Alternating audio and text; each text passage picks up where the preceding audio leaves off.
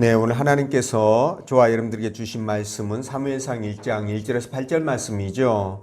하나님의 자녀들은 큰 일을 할 수 있습니다. 네, 이런 제목인데 말씀 증거될 때 하나님의 은혜와 사랑이 함께하길 원합니다. 한 주간 편안하셨죠? 네, 벌써 9월을 마감하고 10월이 시작되었습니다. 10월은 이제 가을 중에서도 이제 가을에 이제 뭐랄까요? 한 중심에 있다고 봐야 되겠죠. 네, 굉장히 모든 것들이 이제 풍성하게 결실을 맺어가는 그런 시기이기도 한데, 그것처럼 저와 여러분들도 신앙적으로 풍성한 결실을 맺어가시기를 부탁을 드립니다. 자, 방금 제가 여러분들에게 읽어드렸던 이 사무엘상은요, 이 사사시대에서 왕정시대로 전환되는 과정에서 이스라엘이 영적, 도덕적으로 굉장히 타락이 극심했음에도 불구하고 하나님은 이 병들고 타락한 이스라엘 백성들을 구원하기 위해서 사무엘을 보내게 되죠. 그래서 사무엘이 이스라엘 백성들을 영적으로 자각시키는 그런 과정들이 성령의 감동으로 기록되어 있는데요. 이 본문의 말씀은 특별히 사무엘의 출생이 특별한 의미를 갖고 있다는 것을 말씀해주고 있죠. 그래서 하나님은 오늘 이 본문의 말씀을 통해서 다음과 같은 세 가지로 우리에게 은혜를 주시는데, 그 첫째가 연약해도 하나님이 함께하면 큰 일을 감당할 수 있다는 것이고요. 두 번째, 성도는 하나님 가문에 편입된 하나님의 가족이라는 거죠. 그리고 세 번째, 그렇기 때문에 패역한 시대일수록 더욱더 참신앙을 가져야 된다, 이런 부분에 대한 말씀인데, 자, 여러분, 그 재벌가 2세, 3세들 있죠.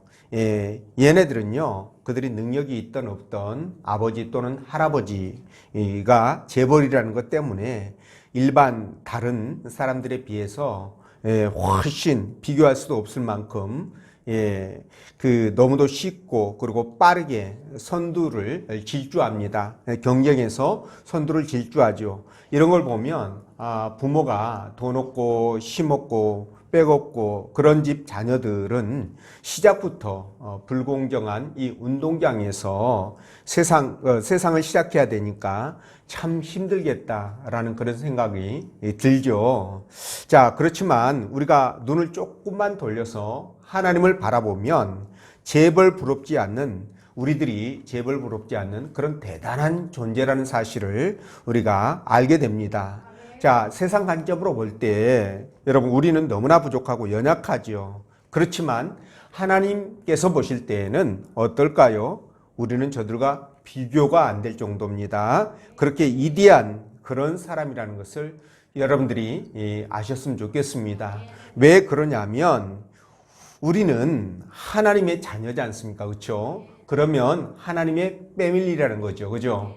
그러니까 하나님의 가족인데, 저와 여러분들이 아무리 연약하다 할지라도 부족하다 할지라도 하나님께서는 저와 여러분들을 통해서 큰 역사를 이루어 가실 수 있다라는 거죠. 자, 그렇기 때문에 우리가 이 땅을 살아가면서 이 세상이 아무리 패역하고 그리고 아무리 저와 여러분들의 신앙을 미혹한다 할지라도 우리가 중심을 잡고요, 참된 신앙을 붙들고 그 신앙 안에서 확실한 믿음을 갖고 살아가야 될 줄로 믿습니다. 그런 저와 여러분 되시길 바라고요. 자, 그래서 오늘 본 말씀을 따라가면서 우리가 왜 하나님의 가족인지, 또 하나님의 패밀리들에게 어떤 은혜가 있는지, 성령께서 들려주시는 하나님의 음성을 듣도록 하겠습니다. 자, 첫째로 연약해도 하나님이 함께하면 큰 일을 할 수 있다라는 말씀인데, 자, 1절 말씀 함께 읽어볼까요? 자, 시작.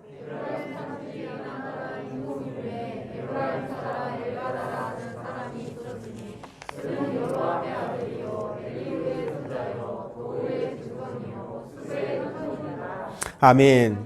자, 이스라엘 민족들이 시내 광야로 나와서 하나님과 새 언약을 맺죠.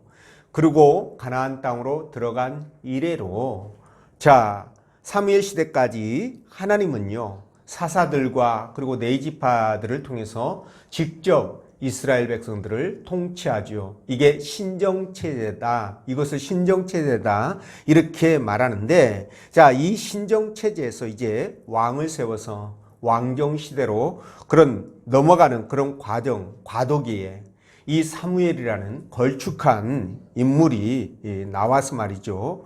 이스라엘 백성들을 이끌어가게 되는데요. 이 사무엘의 가문을 오늘 본문에서는 5대까지 언급합니다. 자, 이렇게 언급한 이유가 뭘까? 그만큼 이 사무엘이 하나님 나라에서 또는 이스라엘 백성들에게 아주 중요한 사람이라는 것을 보여주는 그런 내용이거든요. 자, 그런데 이런 위대한 사무엘이 가문은 어떨까? 그의 출생지는 어떨까? 뭐 대단한 곳에서, 대단한 가문에서 태어났을 것 같은 생각이 들죠. 그러나 전혀 그렇지 않습니다.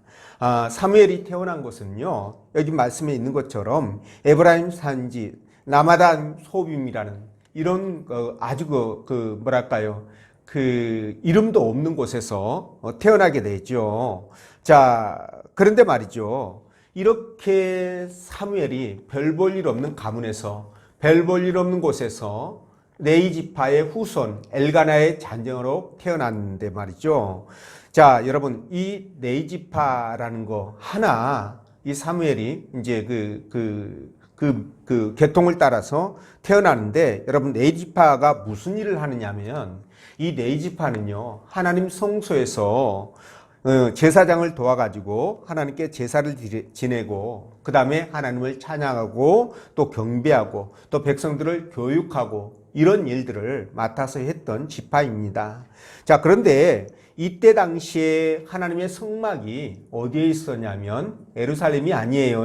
실로라는 곳에 있었기 때문에 이 실로가 이스라엘의 정치 또는 종교의 중심지였습니다.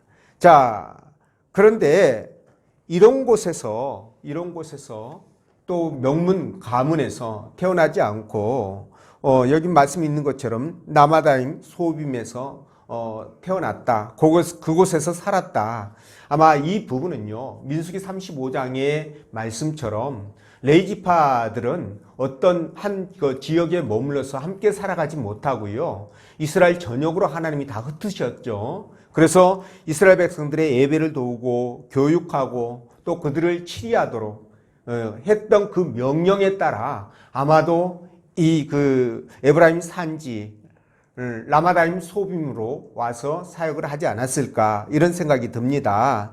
자, 그럼에도 불구하고요, 이 정치와 종교의 중심지였던 실로로 가지 못하고 이 총구석에 이렇게 처박혀 있었다는 것은요, 그만큼 뭡니까? 레위 지파 가문에서도, 레위 지파 중에서도 이 엘가나의 가문이 별 볼 일 없는, 보잘것없는 한미한 그런 가문이었다는 것을 말해줍니다. 자, 그런데 말이죠, 하나님은 이렇게 보잘것없는 한미한 이런 가문에서 정말 이스라엘의 가장 위대한 사사를 출현시키게 되죠. 이 놀라운 하나님의 은혜입니다. 자, 여러분, 우리가 이 말씀을 통해서 무엇을 깨닫게 되냐면은, 그렇죠, 하나님은요, 사람을 사용하는 기준이 인간적인 관점에서 봤을 때 정말 훌륭하고 무엇 하나 부족함이 없는 아버지 앞에 정말 완벽한 그런 사람이라고 생각하겠지만, 그러나 전혀 하나님은 스펙이나 조건을 따지지 않는다는 것입니다. 자, 보통 사람들은요, 저도 마찬가지죠.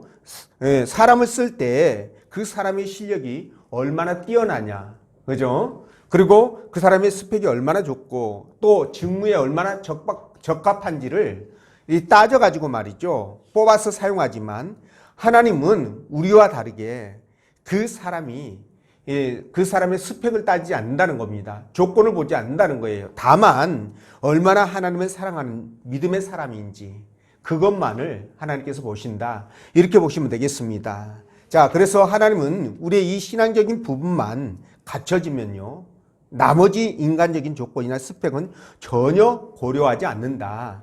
왜냐하면 하나님께서는 말이죠, 하나님께서는요, 미련한 자를 택해서 지혜로운 자를 부끄럽게 만드실 수 있고요. 약한 자를 택해서 강한 자를 부끄럽게 만드시고, 그리고 또 천한 사람, 그리고 멸시받는 사람, 또 가진 것이 없는 사람, 이런 사람들을 택해서 모든 것들을 다 가진 그런 사람들을 얼마든지 부끄럽게 만들 수 있는 그런 능력을 갖고 계시기 때문에 그렇습니다. 자, 일찍이 말이죠. 우리 예수님도 사역을 할 때 유대인들이 뭐라고 그랬습니까? 예수님을 보면서 나사렛에서 무슨 선한 것이 나겠느냐, 이렇게 조롱했지 않습니까? 근데 하나님은 어떻게 하셨어요? 그런 예수님을 인류의 메시아로 삼으셨고, 그리고 머리로 삼으셨다는 거예요. 네, 이렇게 하나님은 사람을 사용할 때 사람들의 외적인 조건이나 어떤 그 스펙을 제1순위로 보지 않는다는 거, 여러분들이 이걸 꼭 기억해 줬으면 좋겠습니다.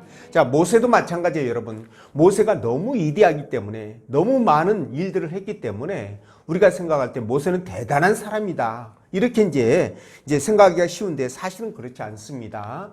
하나님께서 모세를 부를 때 그의 나이 몇 살이었냐면 80살이었었어요. 80살 노인을 불러서 사용했는데 그것도 모자라서 애굽에서 말이죠, 사람을 죽인 살인자 아니었습니까? 그런 범죄자의 신분이었던 것이죠. 뿐만 아니라 여러분, 미디안 강야에서 40년 동안 이 양들을 치다 보니까, 양을 치는 목동으로 살다 보니까 그동안에 배우고 익혔던 모든 것들 다 녹슬었을 거 아니겠어요? 예, 그런 보잘것없는 이 모세를 통해서 인류 역사상 유례를 찾을 수 없을 만큼 엄청난 일을 행하게 만드셨다는 거예요. 이게 바로 하나님이십니다. 그리고 다윗은 어떻습니까, 여러분? 어릴 때 양치던 목동 아니었어요, 그렇죠? 그런데 이 목동을 들어서 말이죠, 이스라엘 역사상 또 가장 위대한 왕으로 만드셨어요. 예, 이런 분이 하나님이십니다. 그리고 예수님의 12제자들 여러분 생각해 보십시오. 이 12제자들이 누굽니까? 그들이 갈릴리에서 말이죠, 고기 잡던 어부에 불과했어요. 미미한 그런 이름도 없는 어부에 불과했는데 그런 사람들을 불러가지고 제자로 삼아서 사람을 낚는 어부로 만들지 않습니까? 그리고 그들을 통해서 교회를 세우시고 교회를 태동시키시고, 그리고 베드로 같은 경우는 뭡니까? 한 번 설교하면 3,000명이 회개하고 하나님 앞에 돌아서는 그런 놀라운 능력의 종으로 만드셔가지고 사용했던 그런 부분이 있습니다. 자, 이것이 바로 하나님의 신비고 하나님의 능력이고 하나님이 일하시는 방법이에요. 여러분 기억하십시오. 그래서 사도 바울은요, 로마서 4장 17절에서 이렇게 말씀하십니다. 기록된 바 내가 너를 많은 민족의 조상으로 세웠다 하심과 같이 그가 믿은 바 하나님은 죽은 자를 살리시며 없는 것을 있는 것으로 부르시는 이시니라, 이렇게 말씀하셔요. 그러니까 여러분, 하나님께서는요, 하나님께서는 당신이 일을 해 나가시는 과정 속에서 처음은 미약했으나 내 나중은 심히 창대하리라, 이 말씀처럼 시작하는 그 자체가 보잘것없고 유치하게 보이고, 또는 뭡니까? 사람들이 볼 때 무시할 만한, 조롱할 만한 그런 부분이 있다 할지라도 여러분 끝까지 참고 기다리면, 그럼에도 불구하고 하나님을 절대적으로 신뢰하면 하나님은 어떻게 하신다고요? 마지막 당신의 역사를 우리에게 보여주신다는 겁니다. 바로 여기에 우리의 희망이 있습니다. 자, 그래서 여러분들에게 말씀드립니다. 혹시 돈도 없고 힘도 없고 능력도 없고 그래서 그것 때문에 실망하거나 여러분 그냥 맥 빠져가지고 그렇게 있어서는 안 된다는 거예요. 또 친구들이요, 다 잘 되고 잘 나가는데 왜 나만 이렇게 힘들고 고달프고 이렇게 문제들이 그냥 꼬이고 안 풀리고 이러냐, 이럴 때 여러분 그렇다고 한탄하지 말라는 겁니다. 그리고 또 다른 사람보다 돈이 없어도 괜찮아요. 집도 없고 재주도 없고 스펙도 없고요, 인물도 안 좋고 이렇게 해도 여러분 걱정하지 말라는 겁니다. 왜냐하면 저와 여러분들이 바로 뭡니까? 하나님께서 선택한 하나님 나라 백성 아닙니까? 그러니까 하나님께서 모든 것들을 다 알아서 해결하시고 인도해 가실 거라는 거예요. 그러니까 여러분들이 절대 그런 것 때문에 나는 못났다고 그래가지고 이축돼 가지고 그러지 마시고 당당하고 자신감 있게 그렇게 세상을 살아가시라는 겁니다. 여러분 그렇게 하실 수 있죠? 네, 그러니까 말이죠. 그러니까 우리가 걱정할 일이 없다는 거예요. 우리 하나님은 이미 저와 여러분들에 대해서 너무 잘 알고 있습니다. 속속들이 파악해서요. 어떤 것에 강하고 어떤 것에 약한지 각 한 사람 한 사람 그 모든 속성을 다 파악하고 있다는 거예요. 그렇기 때문에 그런 파악한 자료를 기초로 해서 저와 여러분들을 한 사람 한 사람 이끌어 가시기 때문에요. 저와 여러분들은 전혀 걱정할 일이 없다는 것입니다. 그런 저와 여러분들을 하나님 불러서 구원시켜주지 않았습니까? 재주 없고 능력 없고 가진 것 없고 뭐 잘 살지도 못하는 그런 저와 여러분들을 불러서 구원하셨고요. 지금도 우리를 사용하셔서 하나님의 역사를 이루어 가시고 있다는 사실이에요. 엘가나 보십시오. 이 엘가나가 얼마나 이 처지가 정말 뭐랄까요, 보잘것 없었습니까? 그런데도 불구하고 그 비천한 그런 처지를 원망하지 않고 자기가 서 있는 그 위치에서 정말 묵묵히 그리고 신실하게 하나님을 섬길 때 하나님이 어떻게 하셨어요? 그를 통해서 사무엘을 걸출한 아들을 태어나게 하시지 않습니까? 그 아들을 사용해서 이스라엘의 역사를 바꾸어가는 놀라운 기적을 행하게 하셨습니다. 자, 이런 능력과 권능이 바로 우리 하나님에게 있다. 이걸 여러분들이 믿으십시오. 그렇기 때문에 여러분들이 가지고 있는 기본적인 사양들, 스펙들은 하나님 앞에 전혀 문제가 되지 않아요. 하나님께서 전혀 고려 대상이 아니라는 겁니다. 오히려 그런 화려한 어떤 그 재주나 능력들이요. 하나님께서 보실 때는 그게 장애 요소가 될 수 있습니다. 왜냐하면 자기가 가지고 있는 것 때문에 사람이 말이죠. 기본적으로 많이 갖고 있으면 많이 누리고 있으면 교만해지게 되죠. 그렇습니다. 그래서 말이죠. 이 지금 하나님은 이것도 전부 다 너무 잘 아시는 거예요. 그래서 아예 그냥 보잘것없고 힘없고 능력 없는 자들, 그래서 미련한 자를 들어서 지혜로운 자를 부끄럽게 만드시고요. 약한 자를 들어서 강한 자를 부끄럽게 만드시고, 없는 자를 들어서 멸시받는 자를 들어서 강하고 모든 것을 가진 자를 부끄럽게 만드시는, 패하시는 그런 분 아니십니까? 그러니까 이것을 보면 정말 저와 여러분들이 살아가는 과정 속에 내가 어떻게 살아가야 될 것인가 답이 나오는 거예요. 여러분, 그래서 우리는요, 사람들을 대할 때요, 그 사람의 외모를 보고 절대 판단하지 말라는 거예요. 믿으시죠? 그 사람의 외모를 보고 그 사람이 가지고 있는 것을 보면서 능력을 보면서 그 사람을 판단하지 마시라는 겁니다. 하나님은요, 절대 그렇게 하지 않죠. 또한 반대로 내가 없다고 해가지고 아까 말씀드린 것처럼 다른 사람 앞에서 기죽지 마십시오. 왜냐하면 저와 여러분들이 하나님이 함께 하시는 하나님 나라 백성이기 때문에 그렇습니다. 그래서 절대로 이축되지 마시고 하나님께서는요, 연약한 저와 여러분들을 들어 사용하셔서 이 천지를 뒤집어 엎을 수 있는 충분한 능력을 갖고 있다. 그러니까 어디 가든지 여러분 자신 있고 당당하십시오. 당당하십시오. 그것이 우리 믿음의 사람의 자세입니다.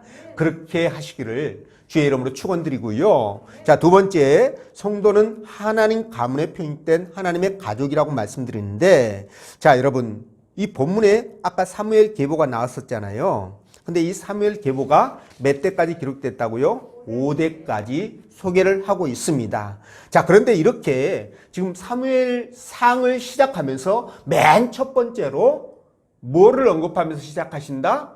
사무엘의 계보를 언급하면서 시작하고 있어요. 자, 여러분, 그 이유가 뭘까요? 그 이유가 있습니다. 이렇게 계보를 언급한 이유는요, 이 사무엘이 장차 이스라엘의 큰 영적 지도자가 되잖아요. 근데 백성들을 이끌려면 어떻게 돼요? 백성들을 충분히 커버할 수 있는 어떤 역량들이 갖춰져야 되는데, 근데 신분적으로 그런 활동들을 잘 할 수 있도록 하나님께서 그 신분을 드러내 주는 것이에요. 예, 백성들에게 그 신분을 지금 보여줘서 앞으로 활동하는데 전혀 문제가 없다. 이걸 보증해 주시기 위해서 예, 이 족보를 언급하고 있다는 것입니다. 그래서 말이죠. 성경은요.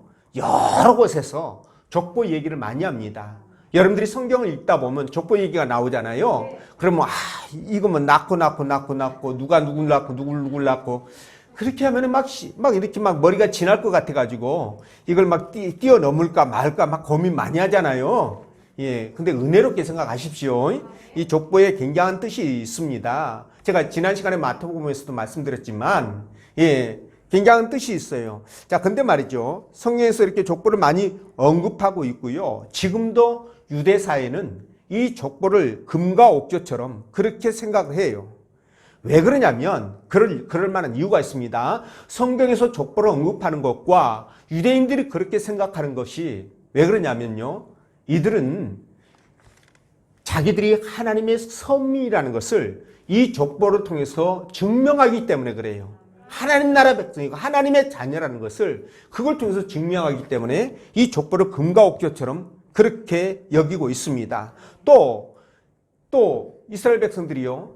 때로는 뭐 제사장이라든가 아니면 선지자라든가 아니면 왕이 될 수도 있잖아요. 그러면 이스라엘 12지파 속에서 그것들이 나와야 되는데 아니 계통도 모르는 어떤 근본을 모르는 사람들이 나와서 이스라엘을 통치해가는 어떤 지도자가 되면 안 되잖아요. 하나님 나라 백성이기 때문에. 그래서 여러분 이 족보를 통해서 그런 것들을 걸러내는 그런 역할을 하기 때문에 이 족보는 굉장히 중요한 겁니다. 네, 그래서 말이죠.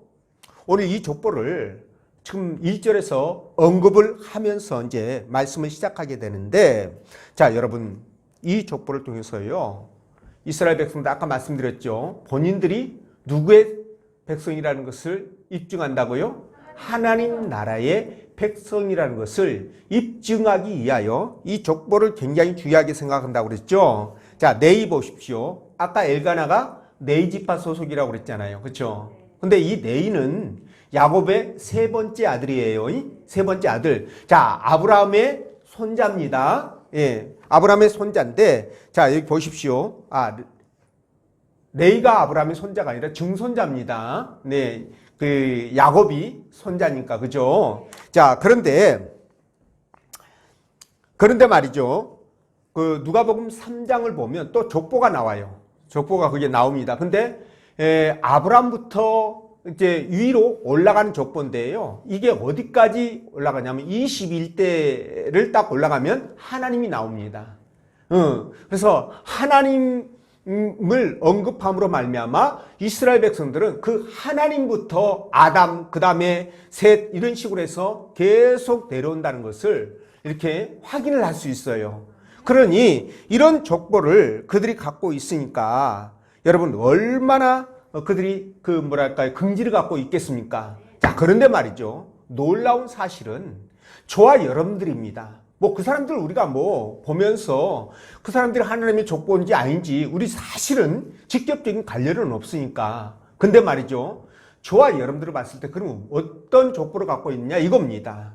저와 여러분들은 어떨까요? 자, 우리도 말이죠. 바로 하나님께서 저와 여러분들을 양자 삼으셔가지고 하나님의 족보 속에 우리를 편입시켰다라는 것을 갈라디아서 3장 29절에서 말씀하셔요. 뿐만 아니라 로마서 8장 14절에 이렇게 말씀하시죠. 무릇 하나님의 영으로 인도함을 받는 사람은 곧 하나님의 아들이라. 자, 그렇기 때문에 성령의 인도함을 받는 저와 여러분들은 누구의 아들이라고요? 하나님의 아들이다. 그렇다면 저와 여러분들은 하나님 나라의 백성이죠. 하나님의 족보 속에 들어가 있는 하나님의 패밀리라는 거예요. 하나님의 가족, 이 가족이라는 개념이 얼마나 대단한지 아시지 않습니까? 네, 가족은요, 아무리 잘못해도 가족은 서로 비난하고 그러지 않지 않습니까? 일단은 부모요. 일단 다른 사람하고 어떤 분쟁이 붙으면은 가족이 잘못했어. 그러면 당신이 잘못했잖아. 네가 잘못했잖아. 이렇게 하면 돼요, 안 돼요? 절대 안 돼. 일단 가족은 품고 네가 잘못했잖아. 이렇게 해야 돼요, 상대방에게. 가족은 품고요. 그러고 나서 나중에 정리되고 나서 단둘이 있을 때 네가 잘못했잖아. 이렇게 하는 거는 맞습니다. 근데 남 앞에서 막 잘못했다고 하면 돼요, 안 돼요? 안 되죠. 그건 가족이 아니에요. 그러니까 여러분, 하나님이 저와 여러분들을 가족이라고 생각한다면, 우리가 하나님 족보에 기록되어 있는 그런 존재라고 생각한다면 우리는 어떨까요? 진짜 대단한 존재라는 거예요. 어떤 사람도, 어떤 세상 사람도 아무리 그 사람이 강력한 권력을 갖고 있고 재벌 하랩이라 할지라도 여러분, 우리에게 비교한다면 그거는 아무 문제가 되지 않는다는 거예요. 아니, 하나님 나라의 족보인데, 하나님의 가족인데, 패밀리인데 어떻게 우리가 그들과 비교할 수 있겠냐는 거예요. 비교 당할 수도 없습니다. 그렇기 때문에 우리가 이 땅을 살아갈 때요, 진짜 자신감을 갖고 살아가시라는 거예요. 하나님께서 직접 우리를 인정하시고 당신의 족보에 당신이 친히 기록해 주셨다면 어떻게 될까요? 우리는 하나님의 보호의 대상이고 축복의 대상이 되는 것입니다. 인도하심의 대상이 되는 거예요. 여러분들이 그걸 믿으시고 확신하시면서 살아가시면 되는 겁니다. 그럼 그게 현실로 나타나게 돼요. 여러분들이 기도하고 구하는 것들을 하나님이 주신다고 했어요? 안 주신다고 했어요? 주신다고 했잖아요. 마찬가지예요. 여러분들이 나는 하나님 나라의 백성이다, 하나님 족보에 올라가 있는 하나님의 패밀리라고 생각하고 확신하고 믿음으로 살아간다면 그 다음부터 하나님이 길을 인도하실 거 아니겠습니까? 아니, 부모가요, 자식이 가는데 분명 이제 자식은 이제 어리고 잘 모르니까 글로 가면은 똥통이 빠질 걸 뻔히 본단 말입니다. 그렇죠? 밑에 똥이 있는 거 알고 있어요, 앞에가. 그러면 하나님이 어떻게 될까요? 하나님 한번 가서 똥통이 빠져봐라 이렇게 있을까요? 아니죠. 붙들어가지고, 그죠? 이렇게 옮겨주실 거 아니겠어요? 그걸 피하게 해주실 거 아니겠어요? 이게 바로 여러분 가족이고 이게 아버지의 역할이에요. 이게 하나님의 역할입니다. 그러다 보니까 이 세상 모든 피조물들이 우리를 부러워한다. 심지어 천사까지 우리를 부러워한다 라고 말씀하는 거예요. 뿐만 아니라 원수마귀도요, 그런 저와 여러분들에 대해서 털끝 하나 손댈 수가 없습니다. 이거 믿으십시오, 여러분. 그러니 우리가 얼마나 위대한 존재냐는 거예요. 사무엘은요, 사무엘이 가진 족보가 말이죠, 그를 이스라엘 지도자로 인정을 해주는 족보였다면 우리가 가지고 있는 족보는 뭘까요? 아니, 여러분들 김혜김 씨, 경주희 씨 이런 거 말고, 이런 족보 말고 그런 거는 어디 써먹지도 못해요. 전혀 인생에 도움이 안 돼, 그건. 하나님 족보를 말씀드린 겁니다. 하나님의 족보를 어떻게 될까요? 우리가 이 땅을 살아가는데 존귀한 자로 만들어주잖아요. 존귀한 자로. 여러분, 진짜 신실한 신앙인들 있잖아요. 믿음으로 말씀으로 살아가려고 그러고 그렇게 신실하게 하나님 뜻을 따라서 순종하면서 살아가는 사람들은요, 어딜 가도 티가 납니다. 어딜 가도 티가 나고 어딜 가도 인정해줘요. 그래서 말이죠, 이런 그 하나님의 족보가 이 땅에서도 우리를 존귀한 자로 만들고요, 그리고 하나님 앞에 복을 받을 수 있는 라이센스인 것은 물론이거니와 우리가 이 땅을 떠나면 천국의 영원한 그 하늘 영광까지도 보장해주는 티켓이라는 거예요. 믿으십니까? 놀라운 일 아닙니까? 그러니까 여러분들이 하나님 나라 백성으로, 자녀로서의 자부심과 긍지를 가지고 살아가시기를 부탁을 드립니다. 그리고 세 번째, 그러므로 패역한 시대일수록 참된 신앙을 가져라. 3절에서 말씀하는데 읽어보겠습니다. 시작.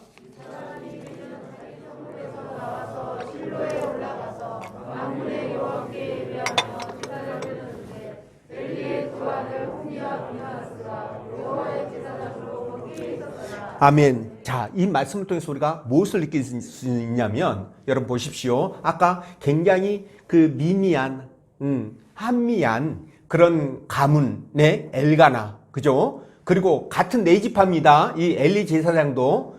이 엘리 제사장은요, 이스라엘의 대제사장이죠. 그리고 그 두 자녀도 홈리와 비느하스인데, 제사장으로서 지금 실로 성전에서 하나님을 섬기는 일을 감당합니다. 그러니까 이 두 가문을 그 세상적인 관점에서 보면 비교 자체가 안 돼요, 여러분.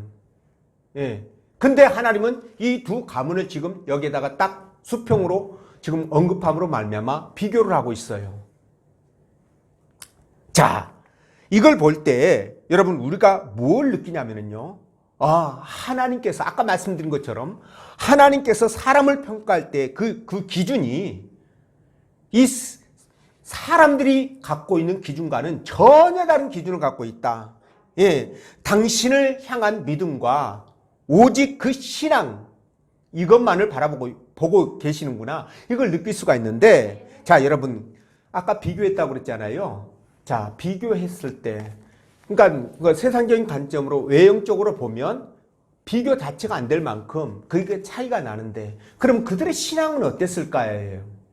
엘가나의 집안과 엘리 제사장의 대제사장의 가문, 그 집안의 신앙은 어땠을까? 목사님, 대제사장이고 두 아들이 또 제사장으로 섬기고 있으니까 뭐 신앙도 비교할 수 없을 만큼 더 좋은 거 아닐까요? 그쵸? 예, 그렇게 생각하면 여러분들 성경을 모르신 거예요. 이 엘가나는 어떻게 했느냐? 매년 온 가족을 데리고, 이게 이제 출애굽기 23장을 보면은요, 하나님께서 이스라엘 백성들에게 명령하시죠. 너희는 1년에 3차례씩 반드시 올라와서 나에게 얼굴을 보여라, 그렇게 말씀하십니다. 성전에서 예배를 드려라, 이렇게 말씀하시죠. 예, 그렇게 그 말씀에 따라서 아마 그랬을 것으로 압니다. 가족들을 전부 다 데리고 성전으로 올라가죠. 그래서 하나님 앞에 제사 드리고 경배하고 믿음으로 그렇게 살아가는 하나님의 명령과 규례를 지키는 그런 가정이었었어요. 지금으로 말하면 진짜 배기 신앙이입니다. 그죠? 근데 이 엘리 가문은 어땠을까? 엘리 두 아들을 보면은요, 제사장으로 섬긴다고 그랬잖아요. 이 엉망진창이었었어요.